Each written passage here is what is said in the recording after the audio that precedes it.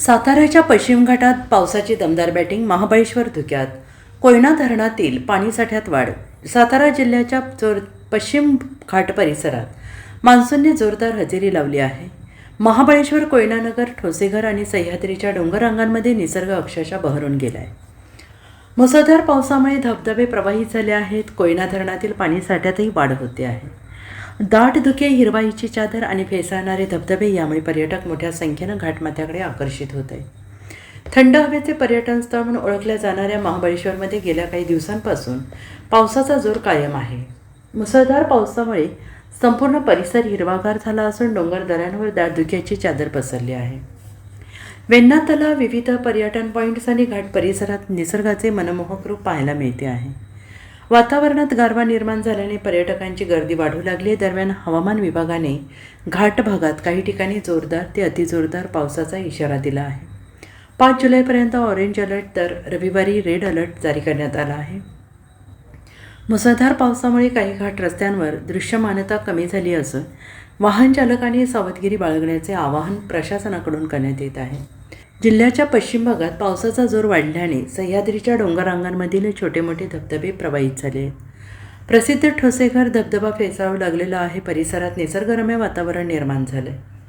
सातारा, जावली, पाटणवाई, कराड आणि महाबळेश्वर तालुक्यामध्ये गुरुवारी पावसाच्या जोरदार सरी कोसळल्या आहेत.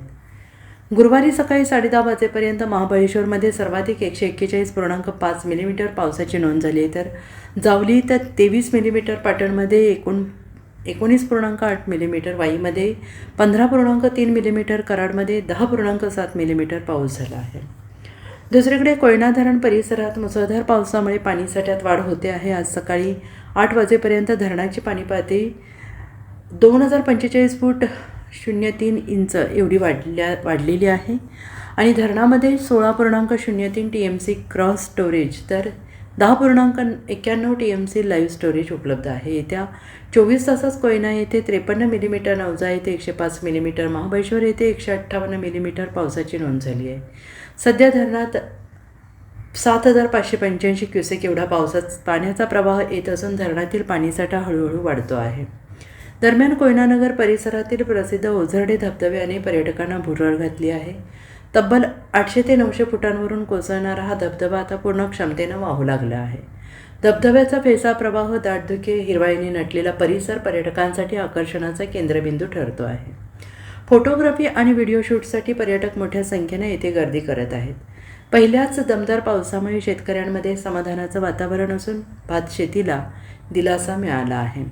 पश्चिम भागातील भाताचे तरवे चांगले फुलले असून आगामी काही दिवसात पावसाचा जोर कायम राहण्याची शक्यता हवामान विभागाने व्यक्त केली आहे. Bureau report, SBN Marathi.